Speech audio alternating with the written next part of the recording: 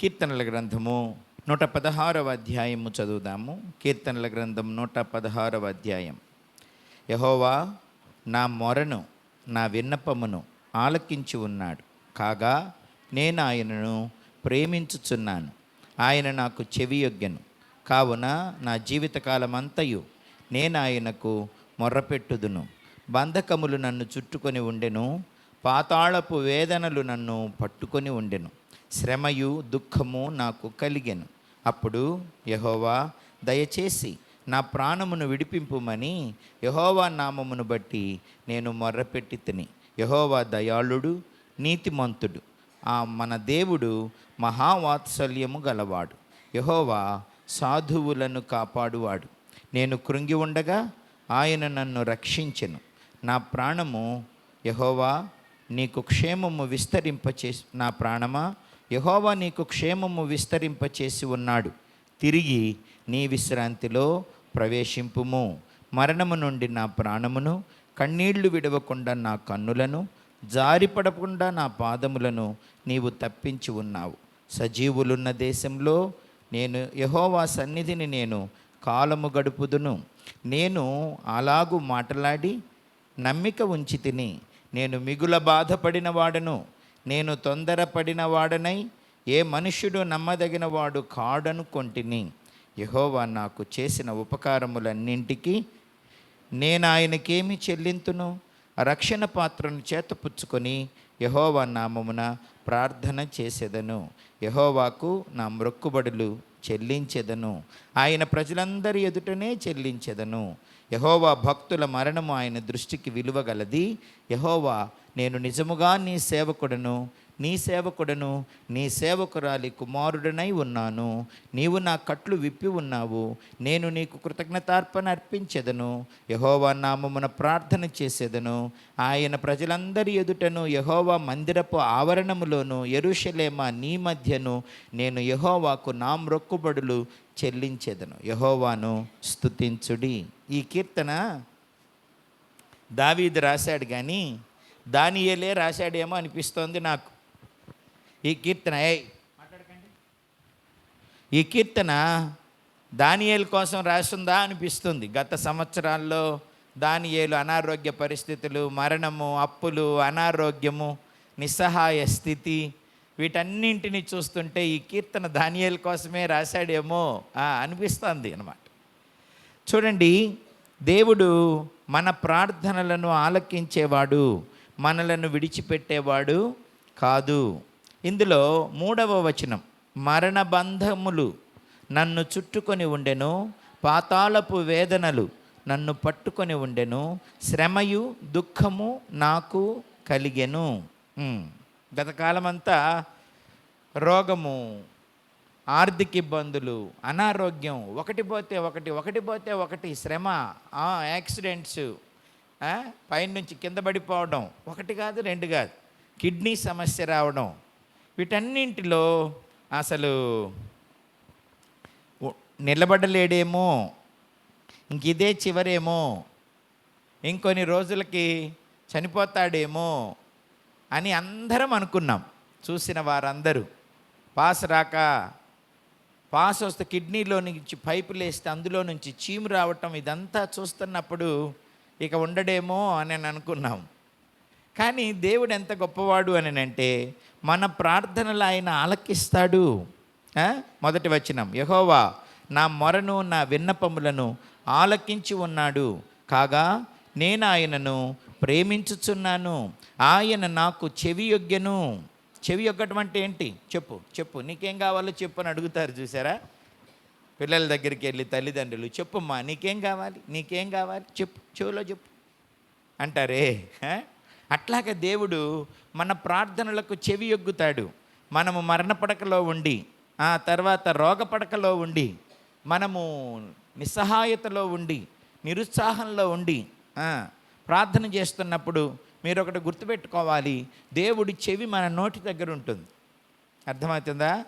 నీవు మాటలేడినప్పుడు కూడా, నీకు ఆశ లేనప్పుడు కూడా, నీవన్నీ కోల్పోయినా కూడా దేవుని చెవి ఎప్పుడూ నీ నోటి దగ్గర ఉంటుంది అని గుర్తుపెట్టుకోవాలి. ఆయన చెవి యొగ్గాడు. చెప్పు అంటామే. నాకే చెప్పు, నీకేం కావాలో చెప్పు. వాడు నోట్లో నుంచి మాట రాలేని పరిస్థితుల్లో కూడా తల్లి తండ్రి ఎలాగైతే వాడి నోటి దగ్గర చెవి పెట్టి చెప్పు చెప్పు అంటారో, దేవుడు చెవి యొగ్గి మన మొర ఆలకిస్తాడు. యెహోవా నా మొర లాలించెను, తన మహాదయను నన్ను గణించెను.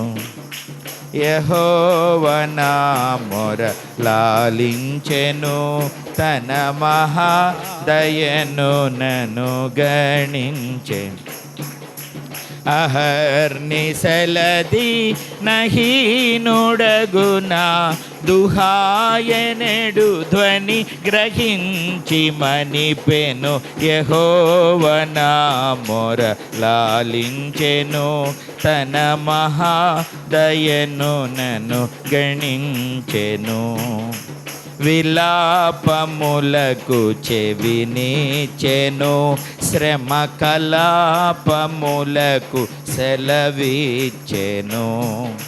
శిలానగముపై కిలాగినను సుఖ కళావలు మనసులోన నిలిపెను.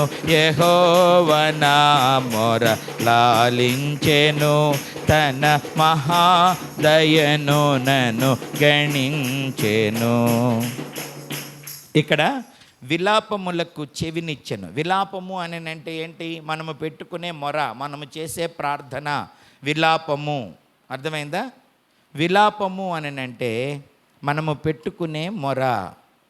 అర్థమైందా? శ్రమ కళాపము అని అంటే కారే కన్నీరు. మన మొరలు ఆలకించి మన కన్నీరు తుడుస్తాడనమాట. విలాపములకు అని అంటే ప్రార్థనలకు దేవుడు సెలవిస్తాడు, శ్రమ కలాపములకు సెలవిస్తాడు. ఏం చేస్తాడు? శ్రమతో కారుతున్న కన్నీటిని తుడిచేస్తాడు. ఊరుకో ఊరుకో, మనకు రాకపోతే కష్టాలు ఎవడికి వస్తాయి అంటాడు పక్కనోడు వచ్చి. దేవుడు ఏం చేస్తాడు తెలుసా? ఆ కన్నీటినే తొలగిస్తాడు. మరి డానీ గీత వారి విషయంలో ఎంతో కన్నీరు, ఎంతో భయం, ఎంతో ఆర్థిక ఇబ్బందులు. దేవునికి మొరపెట్టినప్పుడు ఆయన చెవి యొగ్గాడు. అర్థమవుతుందా? 2వ వచనం, ఆయన నాకు చెవి యొగ్గెను, కావున నా జీవితకాలం అంతయు నేను ఆయనకు మొర్రపెట్టుదును. అర్థమవుతుందా? ఏ పరిస్థితుల్లో మొరపెట్టాడట? మరణ బంధములు నన్ను చుట్టుకొని ఉండెను, పాతాళపు వేదనలు నన్ను పట్టుకొని ఉండెను, శ్రమయు దుఃఖమును నాకు కలిగెను. అప్పుడు ఏమని మొరపెట్టాడు? 4వ వచనం, అప్పుడు యెహోవా దయచేసి నా ప్రాణమును విడిపింపుమని యెహోవా నామమును బట్టి నేను మొర్రపెట్టి తిని. అర్థమైందా? నా ప్రాణాన్ని విడిపించు అని. నాకు ఆ సంగతి బాగా గుర్తుంది. ఇక హాస్పిటల్కి వెళ్తారు అన్నప్పుడు మంచంలో కూర్చొని ఉన్నాడు. సన్నిగాడి దగ్గరికి వెళ్ళి వాళ్ళ నాన్నను గట్టిగా వాటేసుకున్నాడు. ఇక మరుసటి రోజు హాస్పిటల్కి వెళ్తారు అనుకుంటా. ఒక పక్క నుంచి చీము వచ్చేస్తుంది, వేసిన పైపులో నుంచి పాస్ కూడా సరిగా రావట్లేదు, చీము గడ్డలు అడ్డుపడుతూ ఉన్నాయి. అందుకని ఇక బాగా నీరసమైపోయినాడు. ఆడ మంచం మీద కూర్చొని ఉంటే సన్నిగాడు వెళ్ళి వాళ్ళ డాడీని ఇట మెడ చుట్టూ చేతులేసి ముద్దులు పెట్టేస్తున్నాడు. అప్పుడు డానీ ఏడ్చిన ఏడుపు నేను చూశాను. నేను మళ్ళా బిడ్డను చూడనేమో, గీతాన్ని చూడనేమో, ఇంక ఈ బిడ్డకు నేను ఉండనేమో, నాకు ఈ బిడ్డ ఉండడేమో, నేను మరలా తిరిగి ఇంటికి రానేమో అని చాలా పెద్దగా ఏడ్చాడు. అది ఎంత బాగా నాకు గుండెల్లో ఉండిపోయింది అని అంటే, మరి ఏం చేయగలము? ప్రార్థించగలం కానీ ఏం చేయగలం? మనం ఏం చేయగలం? జీవ మరణములు యెహోవా స్వాధీనము. స్వస్థపరిచేది దేవుడు, బ్రతికించేది దేవుడు, మన బిడ్డలు మన చుట్టూ ఉండేటట్లు చేసేది దేవుడు, మనకు ఆరోగ్యం ఇవ్వాల్సింది కూడా దేవుడే. అదేం అంగట్లో కొనుక్కునే సరుకు కాదు. మరి డాక్టర్లు మందులు ఇస్తారు కానీ ప్రాణాన్ని ఇవ్వలేరు కదా. వాళ్ళే ఇవ్వగలిగితే డాక్టర్లు చచ్చిపోరు కదా. మరి డాక్టర్లు కూడా చనిపోతున్నారు కదా, సూపర్ స్పెషాలిటీ డాక్టర్లు కూడా. కాబట్టి జీవ మరణములు యెహోవా స్వాధీనం, ఆయనే జీవప్రాప్తులుగా చేస్తాడు. మరి పరిస్థితి ఏమో వికటించింది, మరణం కళ్ళ ముందు కనపడుతోంది. అట్లాంటి పరిస్థితుల్లో తాను పెట్టిన మొర దేవుడు ఆలకించాడు. దేవుడు ఎట్లాంటి స్థితుల్లో నుంచైనా మనల్ని విడిపించగలడు. ఓకేనా? మరణపుటూరులలో మరువక మొరలిడ, ఉన్నత దుర్గమై రక్షణ శృంగమై. మరణపుటూరులలో మరువక మొరలిడ, ఉన్నత దుర్గమై రక్షణ శృంగమై. తన ఆలయములో నా మొర వినెను, తన ఆలయములో నా మొర వినెను. అదరెను ధరణి భయకంపముచే, అదరెను ధరణి భయకంపముచే. యెహోవా నా బలమా, యథార్థమైనది నీ మార్గం, పరిపూర్ణమైనది నీ మార్గం. యెహోవా యెహోవా జీవము గల దేవా, బహుగా స్తుతులకు అర్హుడ నీవే. యెహోవా జీవము గల దేవా, బహుగా స్తుతులకు అర్హుడ నీవే. అన్యజనులలో ధన్యత చూపుచు, అన్యజనులలో ధన్యత చూపుచు, హల్లెలూయా స్తుతి గానము చేసెదా.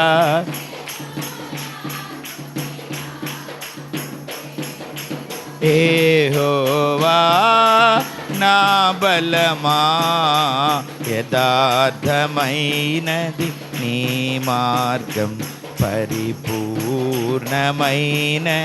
నీ మార్గం. యెహోవా. సన్నీని దేవుడు వీరిద్దరికి అనుగ్రహించిన దగ్గర నుంచి ప్రతి సంవత్సరం వీరు కృతజ్ఞత కలిగి మరి దేవుడికి స్తుతులు చెల్లిస్తూనే ఉన్నారు. అందుకని ఈ సంవత్సరం ఉన్న ఆర్థిక పరిస్థితులను బట్టి ఆపివేయాలని అనుకున్నారు ప్రార్థన. కానీ నా దగ్గరికి వచ్చి ఆపాలనుకోవట్లేదు, పరిస్థితులు మాత్రం కొనసాగేటట్లు లేవు, కానీ చేయాలని ఆశ ఉంది అన్నాడు. చేయాలని ఆశ ఉంది, దేవుణ్ణి స్తుతించాలని ఆశ ఉంది అని చెప్పి అడిగాడు. నేను చెప్పాను, ప్రార్థన చేస్తాను, ప్రభువే పరిస్థితులు సమకూరుస్తాడు, నీ హృదయ వాంఛ తీరుస్తాడు ఎల్లయ్యా అని చెప్పాను. తన ఆలయంలో దేవుడు మన మొరలు ఆలకిస్తాడు, ఆయన చెవియొగ్గి వింటాడు.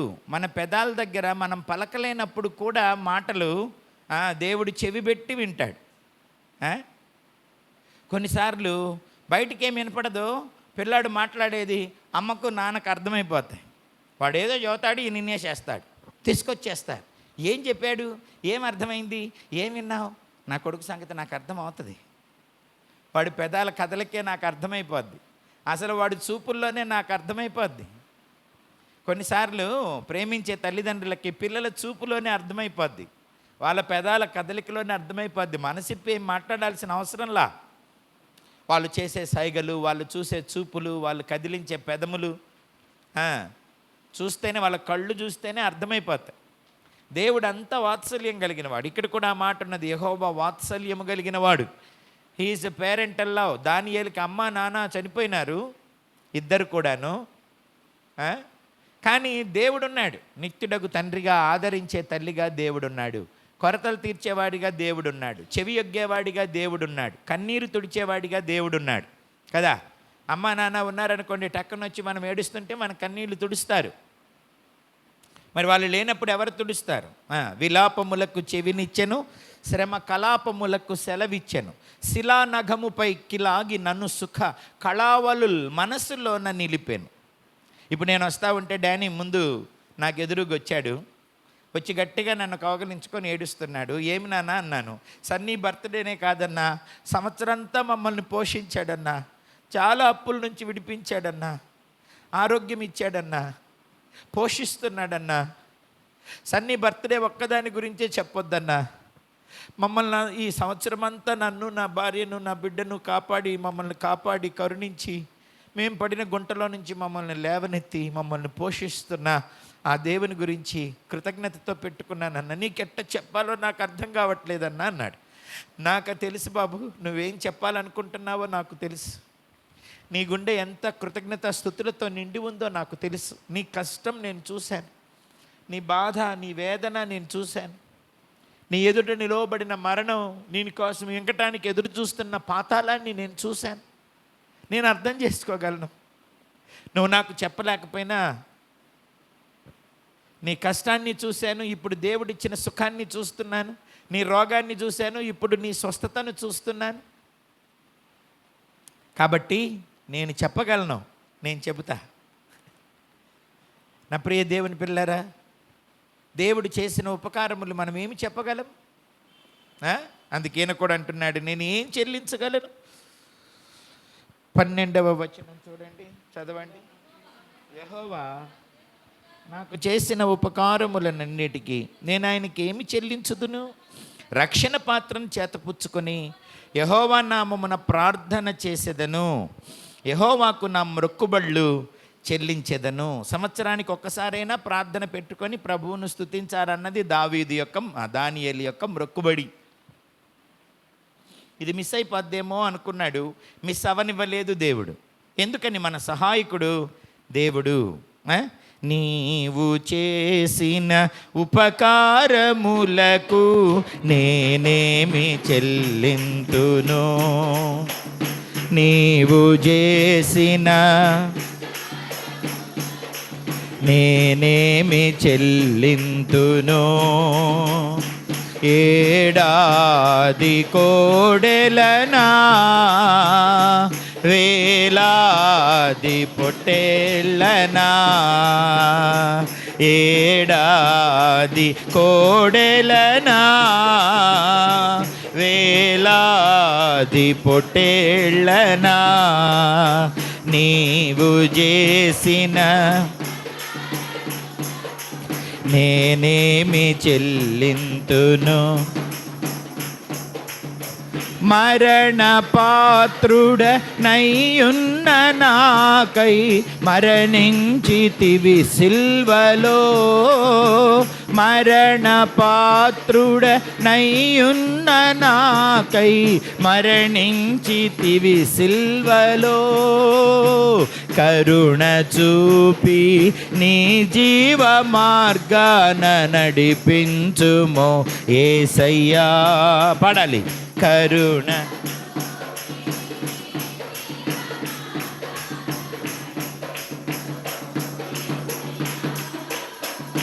నీవు చేసిన ఉపకారం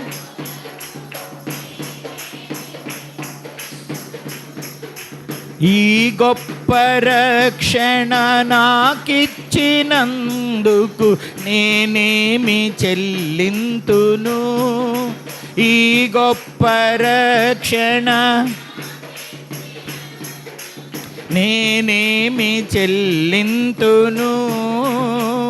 రక్షణ పాత్రను చేబూని నిత్యము నిన్ను వెంబడించేదను, రక్షణ పాత్రను చేబూని నిత్యము నిన్ను వెంబడించేదను.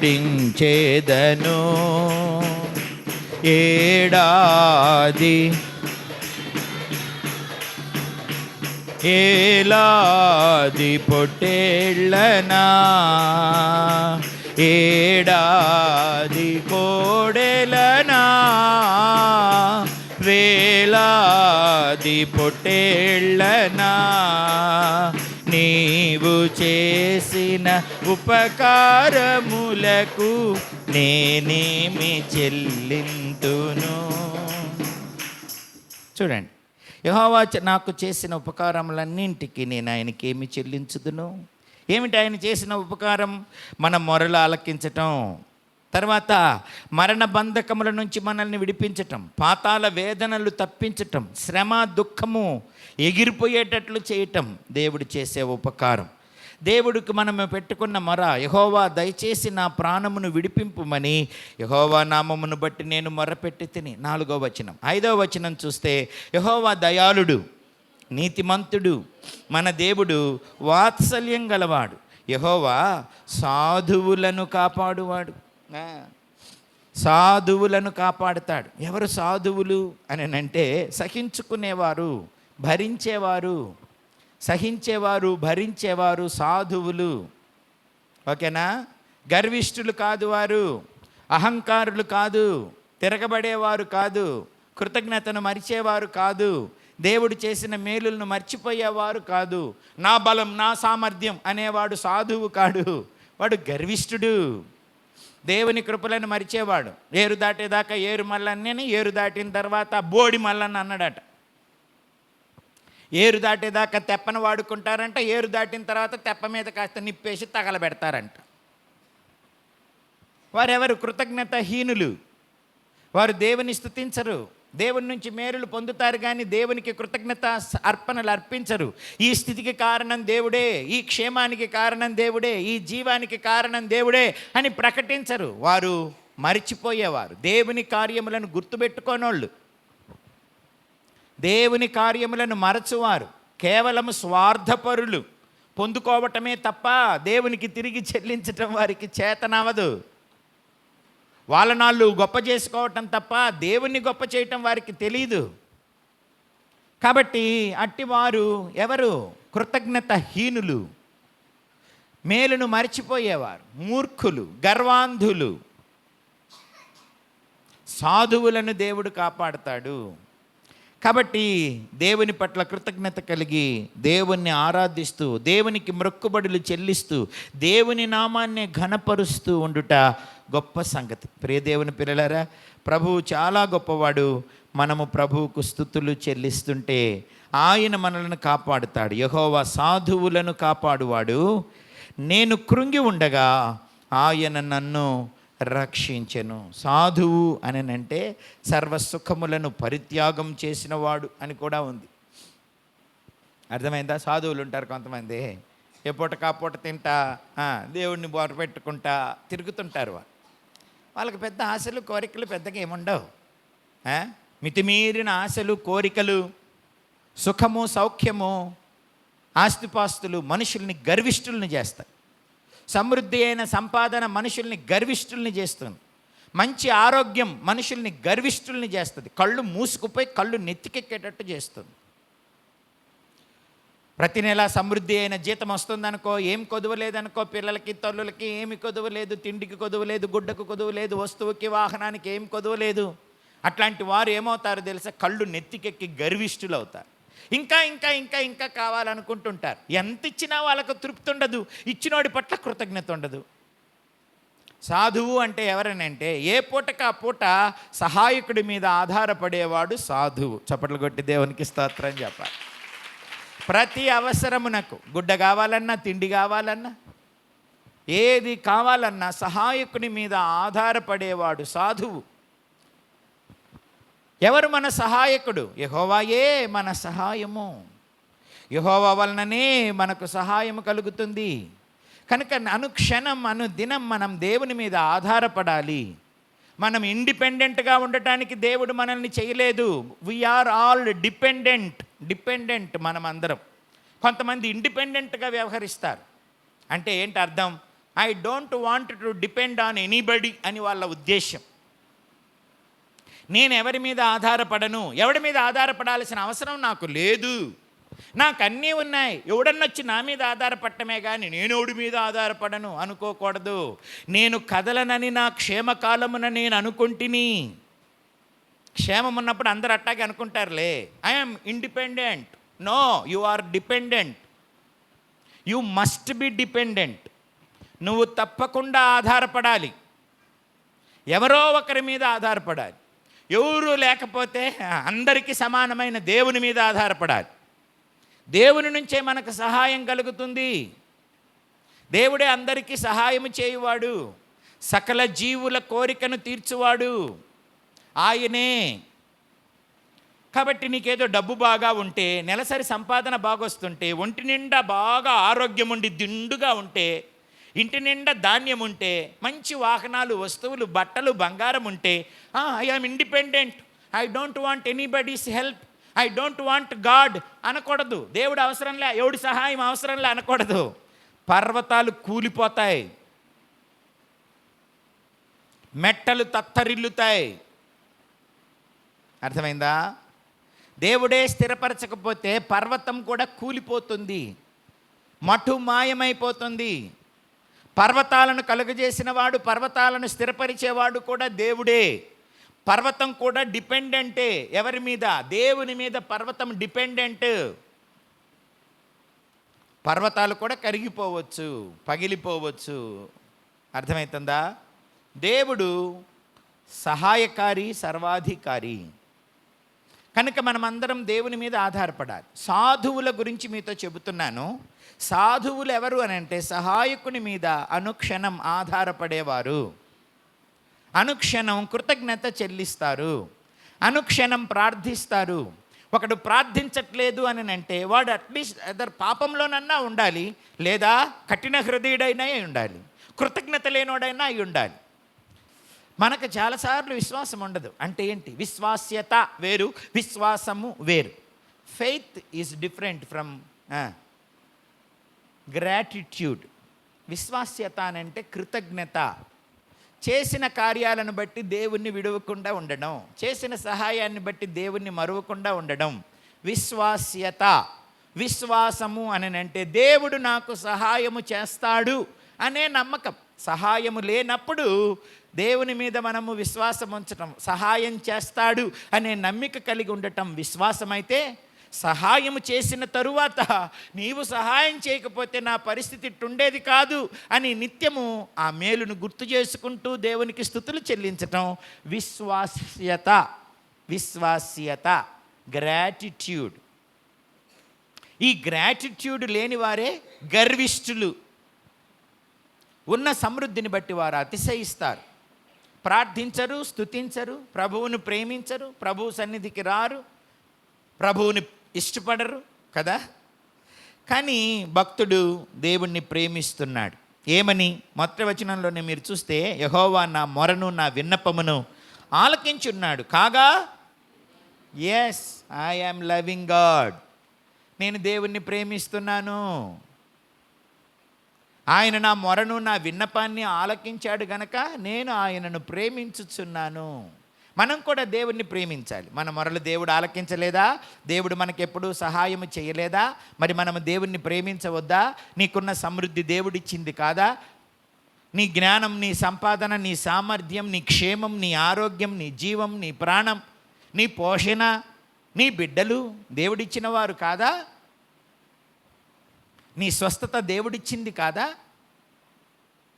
మరి అట్లాంటప్పుడు మనం దేవుని పట్ల సాధువులుగా ఉండొద్దా? దేవునికి కృతజ్ఞతాస్తుతులు చెల్లించొద్దా? సాధువులను దేవుడు కాపాడుతాడు. అర్థమవుతుందా? సాధువులను దేవుడు కాపాడుతాడు. సాధువు వేరు, సన్యాసి వేరు. అర్థమైందా? సాధువులు వేరు, సన్యాసులు వేరు. సన్యాసులు అంటే ఎవరో తెలుసా? భార్యను వదిలేసి, పిల్లలను వదిలేసి, ఊరు వదిలేసి, వ్యాపారం వదిలేసి, అన్నీ వదిలేసి బూడిద రాసుకొని తిరుగుతుంటారే బాధ్యత లేకుండా, వాడు సన్యాసి.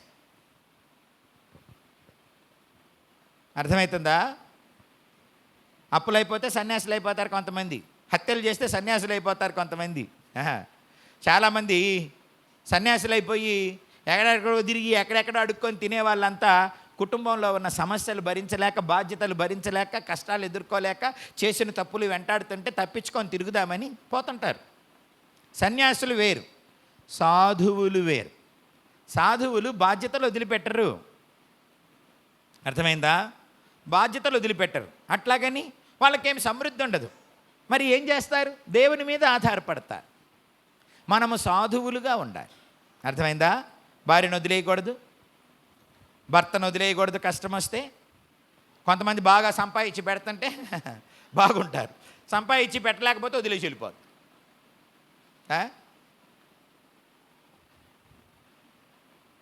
భర్త సంపాదించి పెట్టినంత వరకు భార్య చాలా గౌరవం ఇస్తుంది, చాలా ప్రేమిస్తుంది. సన్యాసులు బాధ్యతలను వదిలిపెట్టి వెళ్ళిపోతారు, భారాలు దించేసుకుంటారు. నేను బతికితే చాలనుకుంటారు, 3 పూట నాకు తిండి దొరికితే చాలనుకుంటారు.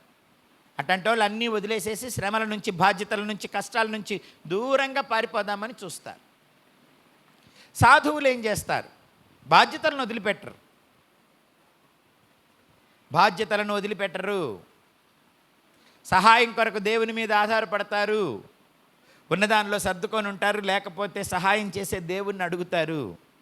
అట్టివారిని దేవుడు కాపాడుతాడు. కష్టాలు ఎప్పుడు ఒకేలాగా ఉండవు. ఈ రోజున్న కష్టం రేపు కూడా ఉండదు. ఎందుకని? కష్టాన్ని దేవుడు తొలగిస్తాడు, శ్రమను దేవుడు తొలగిస్తాడు, కరువును దేవుడు తొలగిస్తాడు. శ్రమలో, కష్టంలో, కరువులో జనాలు మనకు తోడుండరు. అర్థమైందా? తోడుండరు. దావీదుకు కూడా అదే పరిస్థితి వచ్చింది. చూడండి, ఆ మాట మీతో చెబుతాను. 11వ వచనం చూస్తారా? నేను తొందరపడిన వాడనై ఏ మనుష్యుడును నమ్మదగిన వాడు కాడను కొంటిని. ఇట్లాగే అనిపిస్తుంటుంది కొన్నిసార్లు. ఎందుకనంటే కష్టం వచ్చినప్పుడు సాధువులకి జనాలు సహాయం చేయరు. డబ్బు లేకపోతే, ఆరోగ్యం లేకపోతే, అప్పిస్తే వీడు తీర్చలేడు అనుకుంటే, రేపో మాపో చస్తాడనుకుంటే బంధువులు, రక్త సంబంధులు కూడా వాడి దగ్గరికి రారు. అయిపోయింది అంటారు ముందే. ఇక లేదంటారు, ఇక అయిపోయిందంటారు, ఇక కష్టమేనంటారు. వీడికి చేస్తే ఉపయోగం ఏముంది అనుకుంటారు. అర్థమైందా? కానీ చివరి శ్వాస వరకు సహాయం చేసేవాడు దేవుడు.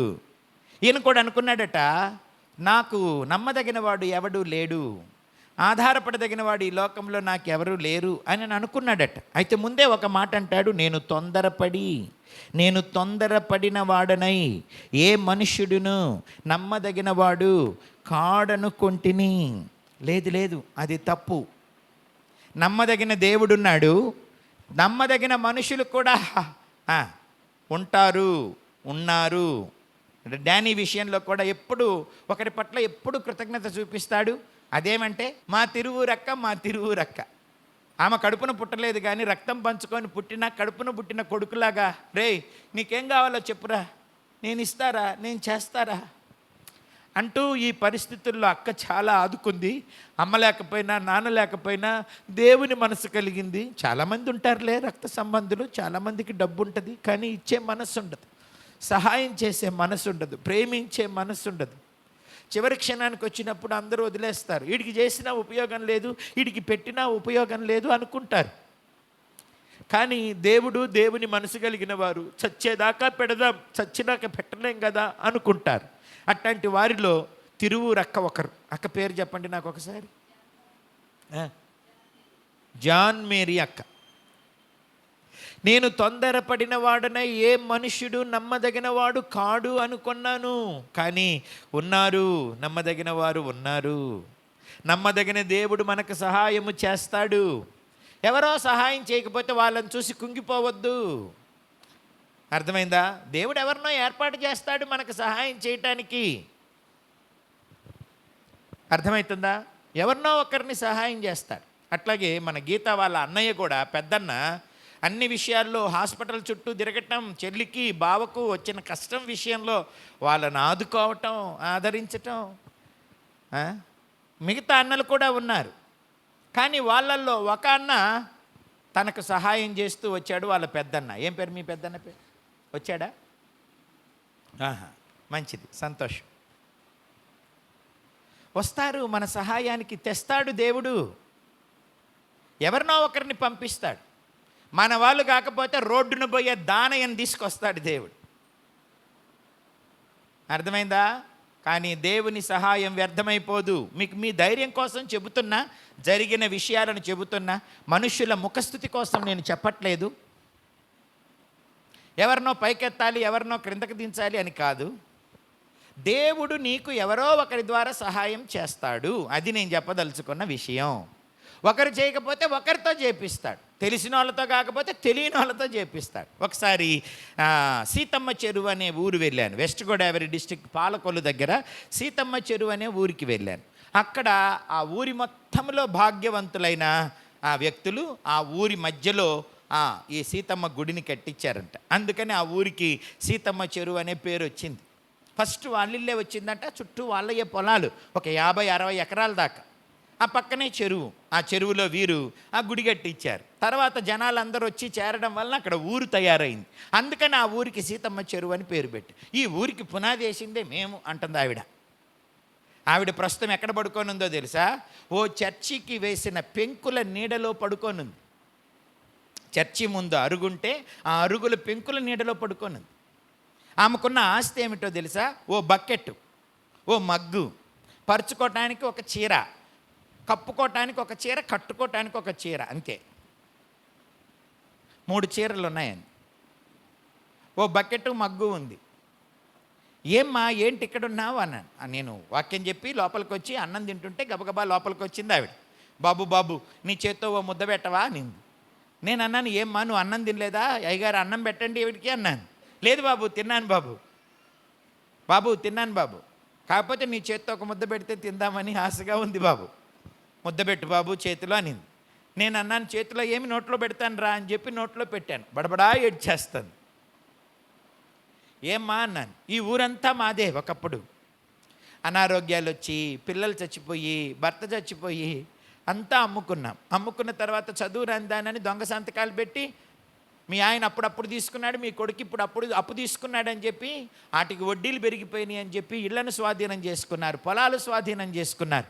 ఇప్పుడు నేనుండే ఇల్లు కూడా లాగేసేసుకున్నారు. అంతా లాగేసేస్తే వచ్చి ఈ చర్చి పంచలో పడుకుంటున్నాను. ఒకప్పుడు ఎంతోమందికి భోజనం పెట్ట, పాడి పంట, పొలములు, భవనాలు, ఇప్పుడు అందరూ లాక్కేసుకున్నారు. మరి ఇప్పుడు ఏమైపోయింది? ఈ పంచలో ఉంటున్నా, ఇక్కడ ఉంటున్నా. అయ్యగారు వచ్చినప్పుడే భోజనం పెడతారు. మరి అయ్యగారు రాకపోతే ఏం చేస్తావు అన్నాను. అప్పుడు ఆమంటది, మూతి పెట్టినోడే ముద్ద పెట్టడా అయ్యా? మూతి పెట్టినోడే ముద్ద పెడతాడయ్యా. అర్థం చేసుకున్నానయ్యా, అనుభవపూర్వకంగా తెలుసుకున్నానయ్యా. కొన్నిసార్లు అయ్యగారు రారయ్యా. మరి రానప్పుడు ఏం చేస్తావు? ఇదిగో ఇక్కడే కూర్చుంటానయ్యా. ఆ దారిన పోయేవారు ఎవరో బాగా బతికిందాన్ని కదయ్యా, అడుక్కోవాలంటే కొంచెం ఇబ్బందిగా ఉందయ్యా. అందుకని కూర్చొని ప్రార్థన చేసుకుంటుంటే బైక్ మీద పోయే వాళ్ళు అంత దూరం పోయి నన్ను చూసి మరలా వెనక్కి తిరిగి వచ్చి ఈ 100 రూపాయలు ఉంచుకో, ఈ 200 ఉంచుకొని ఇచ్చిపోతారయ్యా. ఈ రోజు వరకు ఒక్క పూట కూడా నేను పస్తులేనయ్యా అనింది. చప్పట్లు కొట్టి దేవునికి స్తోత్రం. అయ్యా అట్టగని చేయబెట్టి ఎవరిని అడుక్కోలేదయ్యా, నాకు ఈమని నేను అడుక్కోలేదయ్యా. నేను అడిగేది దేవుణ్ణేనయ్యా. ఆ దారిన పోతా ఎవడో ఒకడు ఆపి మరలా వెనక్కి వచ్చి ఏం ఒక్కదానివే కూర్చున్నావు, ఇదిగో ఈ 100 రూపాయలు ఉంచుకో, ఈ 200 ఉంచుకో, ఈ 500 ఉంచుకో అంటారయ్యా. కొన్నిసార్లు అయ్యా వెళ్తా చూసి మరలా ఈ దారిని వచ్చేటప్పుడు ఓ చీర తెచ్చిస్తారయ్యా. నేను 3 ఉంచుకుంటానయ్యా. ఈ దారిన నాకంటే దీనంగా ఎవరైనా ఉంటే వాళ్ళకి ఇచ్చేస్తానయ్యా ఓ చీర. 3 ఉంచుకుంటానయ్యా. చచ్చిపోతే నాకు అవసరం లేదు కదయ్యా. ఇంకా చచ్చిపోతే అయ్యగారు వాళ్ళు సంఘం వాళ్ళు వచ్చి పడేస్తారు కదయ్యా నన్ను. అందుకని పరుచుకోవటానికి ఒకటి, కప్పుకోవటానికి ఒకటి, కట్టుకోవటానికి ఒకటి ఉంటే చాలని 3 బతుకుతున్నాను. ఇంకెక్కువ ఏమైనా వచ్చినాయి అనుకోండి అయ్యా, నాకంటే దీనంగా ఉన్న వాళ్ళకి ఇచ్చేస్తా. ఆ 3 చాలయ్యా నాకు. నా విశ్వాసం ఏమిటనంటే మూతి పెట్టినోడే ముద్ద పెడతాడనయ్యా. పెడుతున్నాడయ్యా. దేవుడు వదిలిపెట్టడయ్యా. దేవుడు ఎవరిని ఎప్పుడూ వదిలిపెట్టడు. నిన్ను విడువను, నిన్నెన్నడును ఎడబాయనని ఆయనే చెప్పాను కదా. కనుక ఎందుకు భయపడాలి? దేవుడు నా సహాయుడు అని చెప్పి ధైర్యంతో చెప్పాలట. ఆ ప్రక్కనే ఉంది 118వ కీర్తనలో 5వ వచనం చూడండి. ఇరుకు నుండి నేను యెహోవాకు మొరపెట్టి తిని, విశాలమందు యెహోవా నాకు ఉత్తరం ఇచ్చెను. యెహోవా నా పక్షముననున్నాడు, నేను భయపడను. నరులు నాకేమి చెయ్యగలరు? ఇదే మాటను హెబ్రీలకు రాసిన పత్రిక 13వ అధ్యాయము 5వ వచనంలో కూడా హెబ్రీ గ్రంథకర్త ఉద్ఘాటించటం మనం చూస్తాము. చూడండి, హెబ్రీలకు రాసిన పత్రిక 13వ అధ్యాయము 5వ వచనం చదవండి. ధనాపేక్ష లేని వారై నీకు కలిగిన దానితో తృప్తి పొంది ఉండుడి. నిన్ను ఏమాత్రమును విడువను, నిన్ను ఎన్నడును ఎడబాయనని ఆయనే చెప్పాను కదా.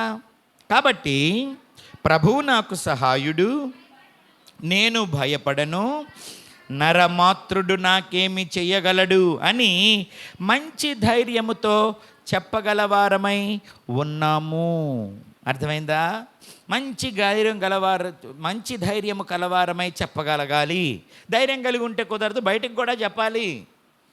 చెప్పటమే ఇలాంటి స్తుతి కూడిక ఏర్పాటు చేయటం, కృతజ్ఞత కూడిక ఏర్పాటు చేయటం, ప్రజలకు వివరించటమే కనుక నీ కార్యాలను వివరిస్తే దేవుడు చేసిన నమ్మకమైన కార్యాలను, అప్పుడు దేవుడు నీ ద్వారా చేసిన కార్యాలను వినిన వారు కూడా విశ్వాసం ఉంచుతారు. కనుక మనము దేవునికి మొర్రపెట్టే వారమై ఉండాలి, దేవుని కార్యాలను ప్రకటించే వారమై ఉండాలి. అర్థమవుతుందా? దేవుడు మనతోనే ఉంటాడు. దేవుని సహాయం ఎప్పుడూ మనతోనే ఉంటుంది. ఇంటి నుంచో, రక్త సంబంధుల నుంచో, స్నేహితుల నుంచే, అసలు ముక్కు ముఖం తెలియని వారి వైపు నుంచో, ఎక్కడో నుంచే దేవుడికి సహాయం పంపటం తెలుసు. ఏలియా కరువులో ఉన్నప్పుడు కాకులతో పంపించాడు. రాజులకే తిండి లేదు, దేశమంతా పశువులు చచ్చిపోతున్నాయి, నీటి చుక్క లేదు, గడ్డి ఎండిపోతోంది. అట్లాంటప్పుడు కాకులతో పంపించాడు. కాకులు తీసుకురాకపోతుంటే ఆటికి కూడా దొరక్కపోతే సారేపత తల్లి ఇంటికి పంపించాడు. ఆ సారేపత తల్లి దగ్గర ఉండటం కుదరకపోతే అరణ్యంలోకి వెళ్తే, మన కాసరబాదులో చెప్పినట్టున్నాను వాక్యం, 40 కిలోమీటర్ల అరణ్యం లోపలికి వెళ్ళిపోతే కాకులు దూరని కాడరడివి, చీమల దూరని చిట్టడివిలో, మనుష్య సంచారమే లేని చోట, కేక వేసినా ఎవడికి వినపడని చోట దేవదూతను పంపించి భోజనం వండి పెట్టాడు దేవుడు. ప్రభువు మన సహాయుడు. నరమాత్రులు మనకేమి చేయగలరు? ఎప్పుడు ఎవరు అందరూ అన్నీ చేయలేరు. అందుకని చేయలేని వాళ్ళ మీద కష్టం మనకొద్దు, మనల్ని ఆదుకోని వాళ్ళ మీద కష్టం వద్దు, మనకు చేతులు మొండి చేతులు చూపించిన వాళ్ళ మీద మనకు కష్టం పెట్టుకో అవసరంలా. దేవుడు నీకు సహాయం చేస్తాడు కనుక ఏ దారిన నీకు సహాయం చేశాడో ఆ దారిన తీసుకొని ఆ దేవునికి కృతజ్ఞత కలిగి ఉండి వాళ్ళకు కూడా కృతజ్ఞత కలిగి ఉంటే చాలు. మరి సహాయం చేయని వాళ్ళు మనమేం గర్వంగా మాట్లాడాల్సిన అవసరంలా, అది సాధువుల లక్షణము కాదు. ఆ రోజు నువ్వు నాకు చేయలేదుగా, నాకు పెట్టలేదుగా, చూస్తాలే, నాకు కూడా మంచి రోజులు వస్తాయిలే, అప్పుడు చెప్తాలే అనకూడదు. సాధువులు అలా అనరు. కొంతమంది ఏం చేస్తారని అంటే, కష్టంలో నాకు ఎవడు సహాయం చేస్తారా చూస్తారు, ఎవడు సహాయం చేయడో కూడా చూస్తాడు. ఎవడు ముఖం చాటేసుకొని వెళ్ళిపోయాడు, ఎవడు పట్టించుకోలేదు, అవి కూడా చూస్తారు. ఇక బాగైన తర్వాత ఇంక పొద్దుగూకులు వాళ్ళ గురించే చెప్పుకుంటుంటారు. వాళ్ళు పట్టించుకోవాలా, వీళ్ళు పట్టించుకోవాలా, వాళ్ళు చేయలే, వీళ్ళు చేయలే. వాళ్ళు చేయకపోతే వాళ్ళకు కూడా అట్లాంటి పరిస్థితులు వస్తాయి, వాళ్ళకు కూడా అదే కొలత కొలుస్తాడు దేవుడు. నువ్వేం అనాల్సిన అవసరంలా, మనసులో పెట్టుకోవాల్సిన అవసరంలా. అందరం ఏదో ఒక రోజు కష్టం వస్తుంది, రోగం వస్తుంది, ఇతరుల మీద ఆధారపడే స్థితి వస్తుంది. ఈరోజు నువ్వు నిండుగా ఉన్నావేమో, ఎప్పుడు నిండుగా ఉండలేవు, అది గుర్తుపెట్టుకో. ఏదో ఒకరోజు నీకు అనారోగ్యం వస్తుంది, ఏదో ఒకరోజు నీకు ఆర్థిక ఇబ్బంది వస్తుంది, ఏదో ఒకరోజు నీకు ఓ మనిషి పలకరింపు, ఓ మనిషి స్పర్శ కావలసి వస్తుంది. ఏం మనం దేవుళ్ళమా? కాదు కదా, మనము మనుషులమే, మనకు శరీరాలు ఉన్నాయి, మనము ఈ లోకంలోనే బతుకుతున్నాం. ఏదో ఒక రోజు అనారోగ్యం వస్తుంది, నిస్సహాయత వస్తుంది, ఒంటరితనం వస్తుంది, భయం కలుగుతుంది. ఒక్కరన్నా వచ్చి పలకరిస్తే బాగుండు, ఒక్కరైనా వచ్చి నేను నీకు తోడున్నానని చెబితే బాగుండు అనే రోజు అందరికీ జీవితంలో వస్తుంది, తప్పకుండా వస్తుంది. ఆ రోజు వారు చేసిన దాన్ని బట్టి వారికి చేయబడుతుంది. నీవు కొలిచిన కొలత చొప్పునే నీకు కూడా చేయబడుతుంది, కొలవబడుతుంది. మేలు చేసిన వారికి మేలే జరుగుతుంది, కీడు చేసిన వారికి కీడే జరుగుతుంది. నువ్వేం శపించాల్సిన అవసరం లేదు. అర్థమైందా? మీరెవరైనా సరే ఇబ్బందిలో ఉన్నప్పుడు దేవునికి మొరపెట్టండి, కానీ వీళ్ళ మీద మనసు కష్టం పెట్టుకోవద్దు.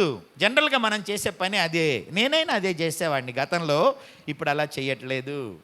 దేవుని మీద విశ్వాసం పెరుగుతున్న కొలది, దేవుని మీద ఆధారపడుతున్న కొలది, దేవుడు నా అక్కరలు తీరుస్తున్న కొలది, వీళ్ళు చేయొచ్చే కానీ చేయలేదే అని అనుకునే మనసు నాకు కూడా వస్తుంది. నేను కూడా మనిషినే కదా, మనమందరం మనుషులమే కదా.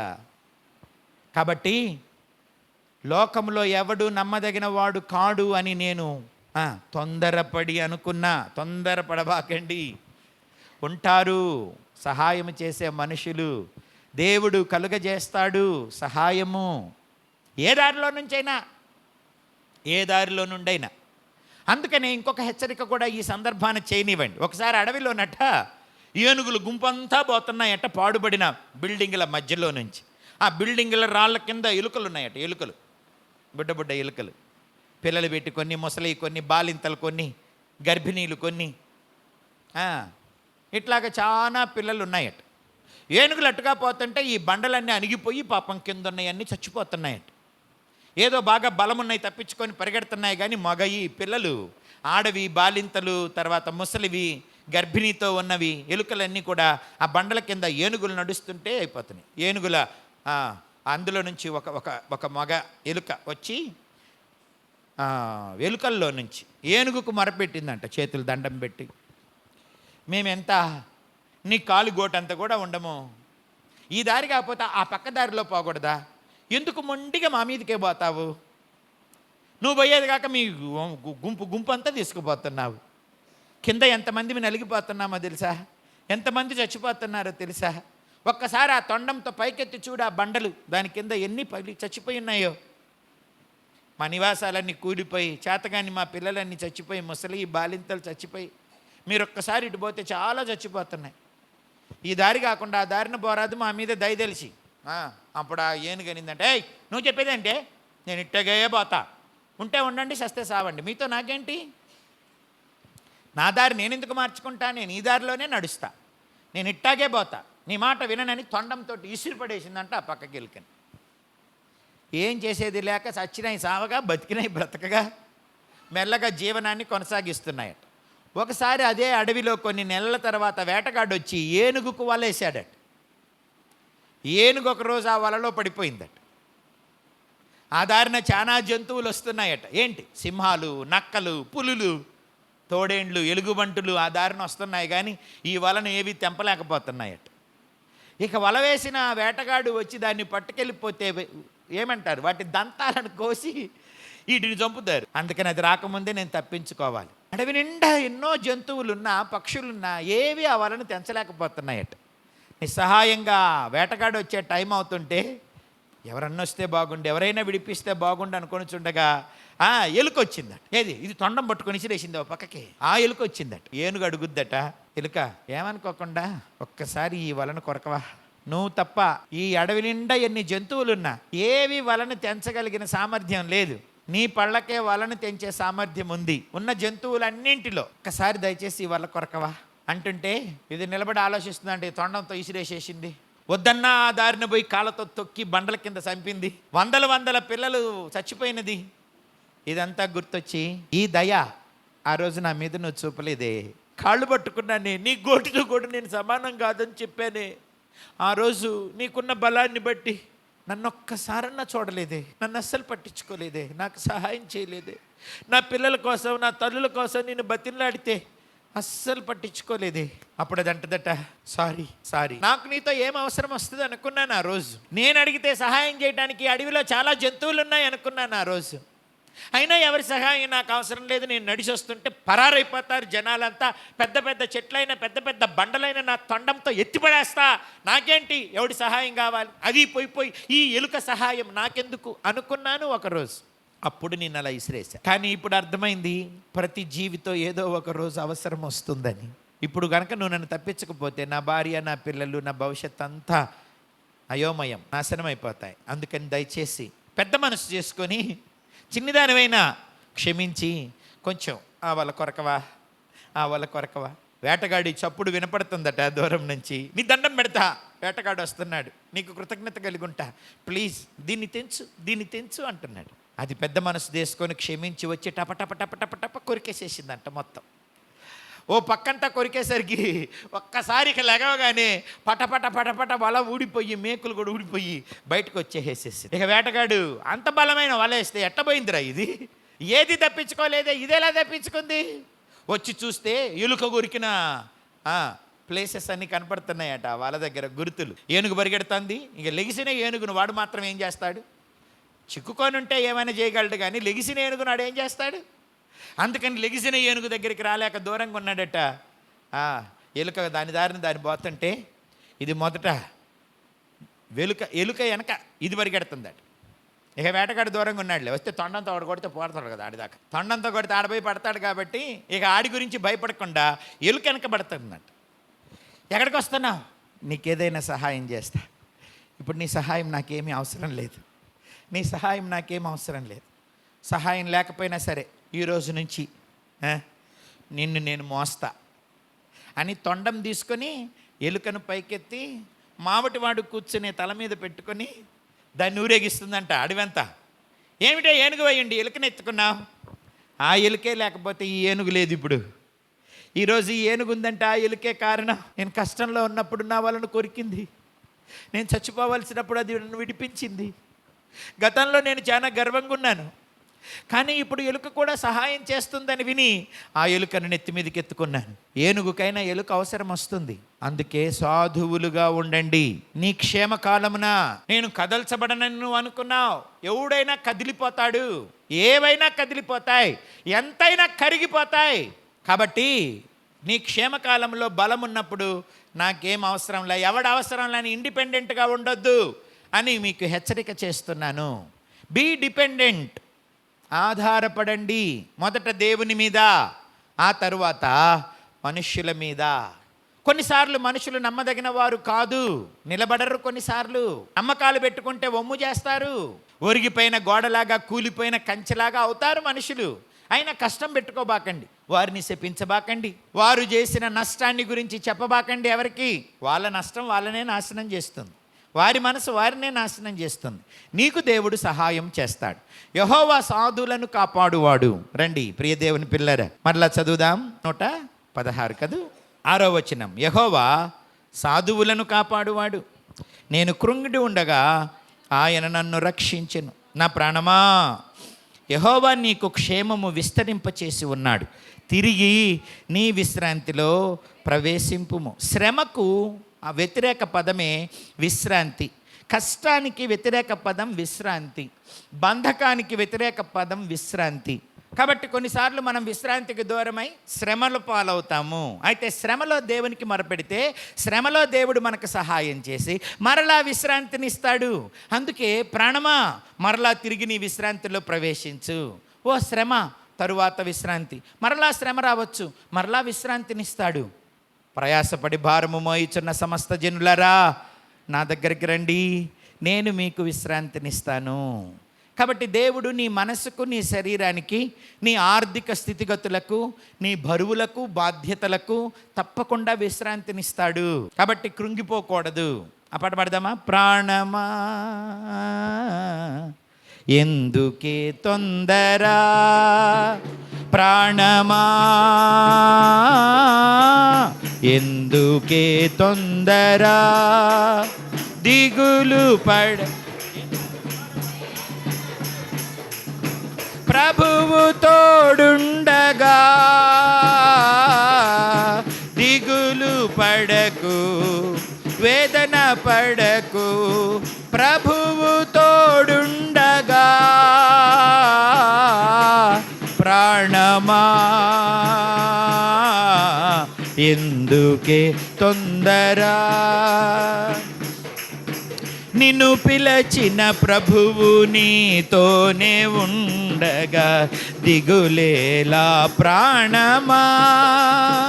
నిన్ను పిలచిన ప్రభువు నీతోనే ఉండగా, దిగులేలా ప్రాణమా. కృంగిన సమయాన నిన్ను లేవదీసి, కృంగిన సమయాన ఆదరించును, ఆదరించును యేసుడే. ప్రాణమా ఎందుకే తొందర, ప్రాణమా ఎందుకే తొందర. నమ్మకమైన నీ దేవుడు నెమ్మదినిచ్చును. ప్రాణమా నమ్మకమైన నీ దేవుడు నెమ్మదినిచ్చును. ప్రాణమా నమ్మిన ఎడల రక్షణ కలుగును, నమ్మిన ఎడల రక్షణ కలుగును. నమ్మిక ఉంచుము ప్రాణమా, నమ్మిక ఉంచుము యేసులో. ప్రాణమా ఎందుకే తొందర, ప్రాణమా ఎందుకే ఎందుకే తొందర, దిగులు పడకు, వేదన పడకు, ప్రభువు తోడుండగా. దిగులు పడకు, వేదన పడకు, ప్రభువు తోడుండగా. ప్రాణమా ఎందుకే తొందర. 7వ వచనం, నా ప్రాణమా యెహోవా నీకు క్షేమము విస్తరింపచేసి ఉన్నాడు, తిరిగి నీ విశ్రాంతిలో ప్రవేశింపుము. మరణము నుండి నా ప్రాణమును, కన్నీళ్లు విడవకుండా నా కన్నులను, జారిపడకుండా నా పాదములను నీవు తప్పించి ఉన్నావు. సజీవులున్న దేశములలో యెహోవా సన్నిధిని నేను కాలము గడుపుదును. నేను అలాగు మాటలాడి నమ్మిక ఉంచి తిని, నేను మిగుల భయపడిన వాడను. చాలేండి, ఆ మాట మనం ఆల్రెడీ చదివాం. కాబట్టి దేవుడు జారిపడకుండా మన పాదాలను, కన్నీళ్లు విడవకుండా మన కన్నులను, మరణము నుండి మన ప్రాణమును విమోచించి విశ్రాంతిలో ప్రవేశింపచేస్తాడు, మన క్షేమాన్ని విస్తరింపచేస్తాడు. కనుక దేవుని సన్నిధిలో మనము సజీవులమై ప్రభువును స్తుతించాలి. 9వ వచనం, సజీవులున్న దేశంలో యెహోవా సన్నిధిని నేను కాలము గడుపుదును. నేను అలాగూ మాట్లాడి నమ్మిక ఉంచి తిని, నేను మిగుల బాధపడిన వాడను, కానీ ఇప్పుడు స్తుతించేవాడిగా దేవుడు చేశాడు. చప్పట్లు కొట్టి గట్టిగా దేవునికి స్తోత్రం చెప్పాలి. 15వ వచనం చూడండి, యెహోవా భక్తుల మరణము ఆయన దృష్టికి విలువగలది. మనము ఏందో అంటారే, చచ్చినా బతికినా సింహం సింహమేనంట. చచ్చినా సింహమే, బతికినా సింహమేనని. దేవుని నమ్ముకున్నవాడు బతికినా దేవునికి మహిమే, చచ్చిపోయినా దేవునికి మహిమే. బతికినా మనకు మేలే, చచ్చిపోయినా దేవునికి మేలే. ఇప్పుడేమో మరణం నుంచి తప్పించాడులే, అట్టగా ఇంకెప్పటికీ మరణం రాదా? వస్తుంది.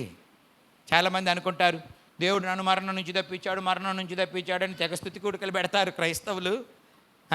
ఏదో ఒకరోజు చావరా, చస్తారులే. చచ్చినా కూడా లాభమే, బతికినా లాభమే. బతికున్నా దేవుణ్ణి స్తుతించటమే, చచ్చిపోయినా దేవుణ్ణి స్తుతించటమే. బతికినా చచ్చినా మనకు మేలులు అనుగ్రహించే దేవుడు మనకున్నాడు. ఈ భూమి మీద పరలోకంలో దేవుడు మనల్ని జీవింపజేస్తాడు. బతికితే ఆయన మహిమ కొరకు, చస్తే ఆయన మహిమలో ఆయనతో. ఏమంటారు, దేవుని నమ్ముకున్నాన్ని తన్నినా పోయి బోర్ల బుట్టలో పడతాడట. తంతే ఏమిలే, పొయ్యి పడేది బురదలో అయితే బాధ, కానీ బోర్ల బుట్టలో పడితే ఏమి? యోసేపును అన్నదమ్ములు తన్నారు, తన్ని గుంటలో పడేశారు, కానీ ఇల్లు ఎక్కడికి వెళ్ళాడు? ఐగుప్తు దేశానికి రాజు అయ్యాడు కదా. దానియేలుని సింహపు బోన్లో పడేశారు, బయటకు వస్తే ప్రధాని అయ్యాడు. షడ్రక మెషక్ అబేద్నెగోలను అగ్నిలో పడేశారు, బయటకు వచ్చినాక 127 ఆస్థానాల మీద అధికారి అయ్యారు. సూపర్వైజర్స్, విచారణకర్తలు. దేవుని పిల్లల్ని తన్నినా వెళ్ళి బోర్ల బుట్టలో పడతారు. కనుక ఎవరైనా తంతే బాధపడబాకండి, ఎవడైనా తంతే బాధపడబాకండి, వెళ్ళి బోర్ల బుట్టలో పడతారు. అదే చరిత్ర చెబుతోంది. మొర్దుకైని చంపాలని హామాను అనుకున్నాడు, మొర్దుకై ప్రధానమంత్రి అయి కూర్చున్నాడు. చప్పట్లు కొట్టి దేవునికి స్తోత్రం చెప్పాలి. కాబట్టి ఎప్పటికో ఒకప్పుడు చస్తాంలే, చచ్చిన ఆ రోజు దేవునికి చాలా సంతోషం. యెహోవా భక్తుల మరణము ఆయన దృష్టికి ప్రీతి కలిగింది. చచ్చిపోతే ఏం, సింహం చచ్చినా సింహమే, బతికినా సింహమే. ఏమంటారు? అట్లాగా మనము కూడా యూదా గోత్రపు సింహం పిల్లలము, మనం కూడా సింహంలాగా ధైర్యంగా ఉండాలి. బతికితే ప్రభు, పోతే ప్రభువుతో. దేవుడు మనల్ని ఎప్పుడూ వదిలిపెట్టాడు, ఈ లోకంలో పరలోకంలో. అందుకే ఏమంటాడు 16వ వచనం, యెహోవా నేను నిజముగా నీ సేవకుడను నీ సేవకురాలి కుమారుడనై ఉన్నాను. నీవు నా కట్లు విప్పి ఉన్నావు, నేను నీకు కృతజ్ఞతార్పణ అర్పించెదను. యెహోవా నామమున ప్రార్థన చేసేదను. ఆయన ప్రజలందరి ఎదుటను, యెహోవా మందిరపు ఆవరణములోను, యెరూషలేమా నీ మధ్యను నేను యెహోవాకు నా మ్రొక్కుబడులు చెల్లించేదను. ప్రతిసారి దానియేలు వాళ్ళ ఇంటి దగ్గర ఈ కూడికి ఏర్పాటు చేసుకుంటున్నాడు. ఈసారి ఎందుకో మందిరంలో పెట్టుకోవాలనుకున్నాడు. నేనేం ఆయన మనసులో మాట అడగలేదు, కానీ ఇది దేవుని చిత్తమని భావిస్తున్నాను ఈ మాటను బట్టి. కొన్నిసార్లు ఇంటి దగ్గర కూడా దేవుణ్ణి స్తుతించాలి, కొన్నిసార్లు మందిరం కూడా మన ఇల్లే, మన తండ్రి ఒడి, మన కన్నీరు తుడిచిన దేవుని ఒడి, మన ప్రార్థనలు తన ఆలయంలో నుంచి ఆలకించాడు. మీ ఇల్లు ఎంత మీకు ముఖ్యమో ఈ మందిరం కూడా మీకు అంతే ముఖ్యం. ఇది మనందరి ఇల్లు. వ్యక్తిగతంగా మనందరికీ మన ఇళ్ళున్నాయి. మనమందరం ఒక చోట చేరితే మన తండ్రి ఇల్లు దేవుని మందిరం. ఈ మందిరంలో నుంచే దేవుడు మనతో మాట్లాడతాడు, మనల్ని నడిపిస్తాడు, మన ప్రార్థనలు ఆలకిస్తాడు, మన కన్నీరు తుడుస్తాడు, మనల్ని స్వస్థపరుస్తాడు, శత్రువుల మధ్యలో నుంచి భయాల మధ్యలో నుంచి మనల్ని విడిపిస్తాడు. మీ ఇంటిని ఎంత ప్రేమిస్తారో ఈ మందిరాన్ని అంత ప్రేమించండి. దావీదు తన ఇంటి కంటే కూడా దేవుని మందిరాన్నే ప్రేమించాడు. చప్పట్లు కొట్టి దేవునికి స్తోత్రం చెప్పాలి. ఆ దేవుని మందిరంలో మీరు ఏదో ఒక సేవ చేయాలి. నేను నీ సేవకుడను. దేవుని గురించి ప్రకటించటం సేవే, ఊడవటం సేవే, తొడవటం సేవే, వండటం సేవే, వడ్డించటం సేవే. ఇక్కడ నిలబడి పాటలు పాడితేనే కాదు, వాక్యం చెబితేనే కాదు, లైట్లు వేసి ఆర్పేసినా సేవే, అన్నీ సేవే. మన ముందే దేవుణ్ణి సేవించటానికి ఏది చేసినా సేవే. కొన్నిసార్లు నేను ఇక్కడ నిలవబడి వాక్యం చెప్పేదానికంటే ఊడ్చి తుడిచే వాళ్ళకు దేవుడు సహాయం చేస్తాడు. మొన్న గార్లపాడు మందిరం ఊడ్చే అవకాశం నాకు వచ్చింది. ఆడోళ్ళు ఎవరు లేరు, చీపురు ఆడ కనపడుతుంది. అందరూ ఆరాధన నుంచి లెగిసి వెళ్ళిపోయారు. గబగబా చీపురు తీసుకొని ఊడుస్తున్నా. సురేష్ వచ్చి అడ్డుపడతాడు, వాళ్ళ అన్న వచ్చి అడ్డుపడతాడు. అన్నోడుస్తున్నాడని వాళ్ళ ఆవిడ అనూజ వచ్చి అడ్డుపడుతుంది. నేను అన్నాను, ఈ భాగ్యం నాకు ఇవ్వండి, నన్ను ఓడవనివ్వండి. నేను చిన్నప్పుడు ఆ ఊడ్చి దైవజనులకు పరిచర్య చేసి వాళ్ళ చెప్పులు అందించి, వాళ్ళ సూట్ కేసులు అందించి ఈరోజు ఇంత గొప్ప సేవకుడిని అయ్యాను, ఇంత దయను పొందుకున్నాను. నన్ను ఓడవనియండి, అడ్డం రాబాకండి, ఈ భాగ్యం నాకు ఇవ్వండి. ఓసారి అర్ధరాత్రి 12 గంటలకు వెళ్ళి ఊడ్చాను చర్చి. ఎందుకని? సేవకుడిని అయ్యేసరికి అయ్యగారు ఓడవటం ఏంటి, అయ్యగారిని ఓడవనియటం ఏంటని చాలామంది ఓడవనియట్లా. అందుకని అర్ధరాత్రి ఊడ్చాను. ఆదివారం ప్రార్థన అయిపోయినాక ఊడుస్తున్నాను. అయ్యగారు మీరు ఓడవటం ఏంటి, ఎందుకు ఓడవకూడదు? దుమ్ము లాంటి వాడిని, ధూళిని నన్ను కరుణించాడు దేవుడు. పగిలిపోయిన పాత్రను నన్ను నిలబెట్టాడు దేవుడు. ఈరోజు తన సాక్షిగా చేశాడు. నేను ఓడకపోతే ఎలా?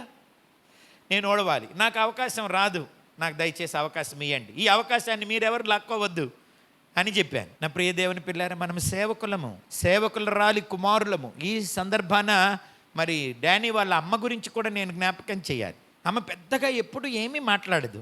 చర్చికి వస్తుంది, వాక్యం వింటది, వచ్చి ప్రార్థన చేయించుకుంటుంది, వెళ్తుంది కానీ ఎప్పుడు నోరు పెగిలించి నాతో మాట్లాడిన సందర్భాలు చాలా తక్కువ.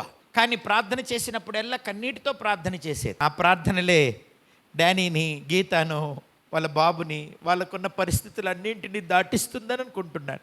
ప్రార్థనలు ఎప్పుడు చచ్చిపోవు. ప్రార్థించేవారు చచ్చిపోవచ్చు కానీ ప్రార్థనలు చచ్చిపోవు. కన్నీటికి చాలా బలం ఉంది. నువ్వెవరి కోసం కన్నీరు గారుస్తావో ఆ కన్నీరు వారు బ్రతికినంత కాలం వారిని కాపాడుతుంది, వారికి సంతోషాన్ని ఇస్తుంది, వారికి రక్షణను, సహాయాన్ని ఇస్తుంది.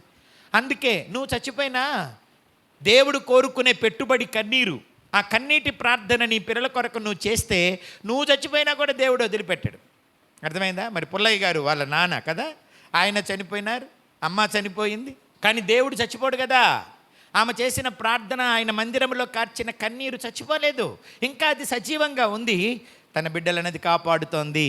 కాబట్టి ఇంకొక సంగతి, సాధువు గీత కూడా ఓ సాధువు తన భర్తను కానీ బిడ్డను కానీ వదిలిపెట్టి వెళ్ళలేదు అనారోగ్యంలో. డానియేల్ కూడా ఒక సాధువు తన భార్యను, బిడ్డలను, బాధ్యతలను వదిలిపెట్టి వెళ్ళిపోలేదు. కొంతమంది లోకాన్ని వదిలిపెట్టిపోతారు, కొంతమంది పరిస్థితులను వదిలిపెట్టే పోతారు. వదిలిపెట్టి పోకుండా నిలవబడినప్పుడు సజీవులున్న దేశంలో దేవుణ్ణి స్తుతించే కృపనిచ్చాడు. దానియేలు గురించి ఇంకొక సాధువైన లక్షణం చెప్పాలి. నేను దేవుని సన్నిధిలో ఉండి సాక్ష్యం చెబుతున్నా, ఎవరు సహాయం చేశారో చెప్తాడు కానీ ఎవరు సహాయం చేయలేదో, ఎవరు కష్టపెట్టారో, ఎవరు తృణీకరించారో ఇంతవరకు పన్నెత్తు మాట నాతో చెప్పలేదు. గట్టిగా చప్పట్లు కొట్టి దేవునికి స్తోత్రం చెప్పాలి. అందుకే సాధువులను దేవుడు కాపాడుతాడు. ఎవరు సహాయం చేయలేదు, ఎవరు బాధ పెట్టారు, ఎవరు నిర్లక్ష్యం చేశారు అది చెప్పడు. ఎప్పుడొచ్చినా సరే ఎవరు సహాయం చేశారు, ఎవరు ఆదుకున్నారు అది మాత్రం చెప్పి ఒక్క మాట అడుగుతాడు, వాళ్ళు బాగుండేటట్టు ప్రార్థన చేయన్నా.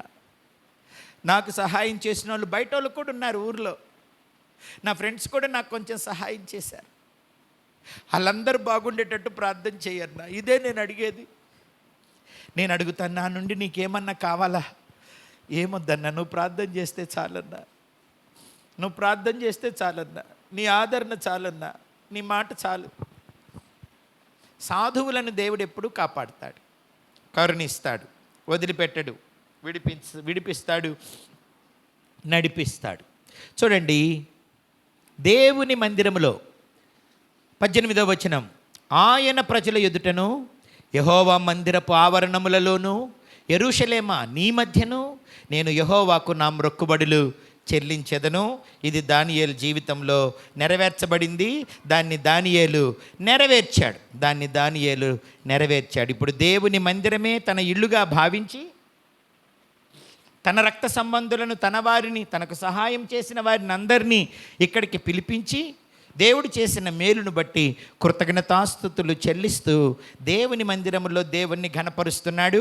మీ ఇల్లు ఇది గుర్తుపెట్టుకోండి. మీ ఇంటిని ఎలా ప్రేమిస్తారో దీన్ని అలా ప్రేమించండి. మీరు బ్రతికున్నంత కాలం మీ బిడ్డలకు కూడా ఈ మందిరాన్ని ప్రేమించటం నేర్పించండి.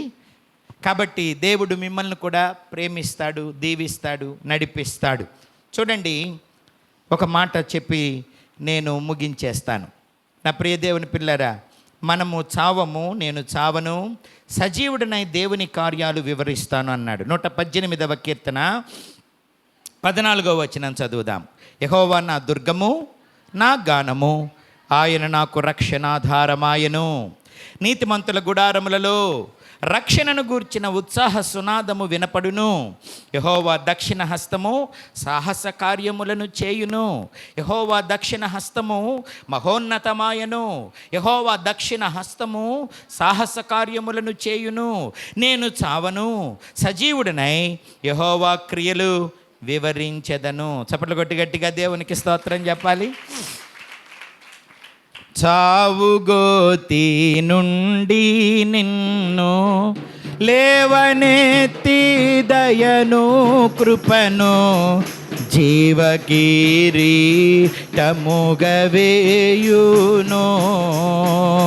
నీ శిరస్సు మీద జీవకిరీటముగవేయును.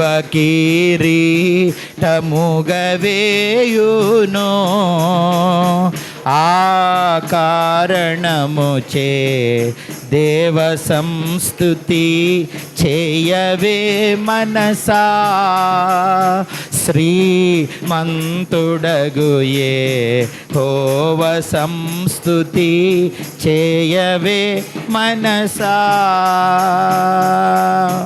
కొడుకులపై తండ్రి జాలి పడు విధముగా భక్తి పరుల ఎడల జాలి పడును దేవుండు. తన భక్తి పరుల ఎడల జాలి పడును దేవుండు. ఆ కారణముచే దేవ సంస్తుతి చేయవే.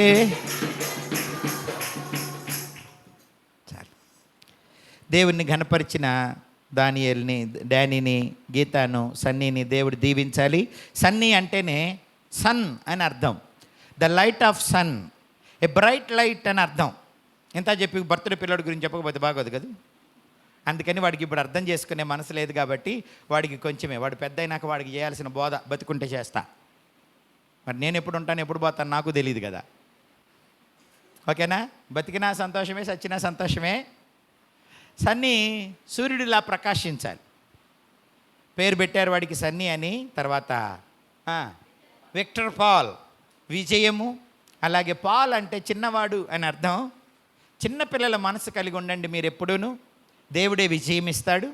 ఆ తర్వాత మీరు సూర్యునిలా ప్రకాశించాలి. నీతిమంతులు సూర్యునిలాగా ప్రకాశిస్తారు. ప్రేమ కలిగిన వారు, క్షమించేవారు, సహాయం చేసేవారు ప్రకాశిస్తారు దేవుడిలాగా. వెలుగు సంబంధులు ప్రేమ కలిగి ఉంటారు, పవిత్రత కలిగి ఉంటారు, సహాయం చేసే మనసు కలిగి ఉంటారు, క్షమించే మనసు కలిగి ఉంటారు. అప్పుడే మీరు వెలుగు సంబంధులు, లేకపోతే మీరు చీకటి సంబంధులు. 1వ యోహాను పత్రిక అంతా ఇంటికి వెళ్ళాక చదవండి.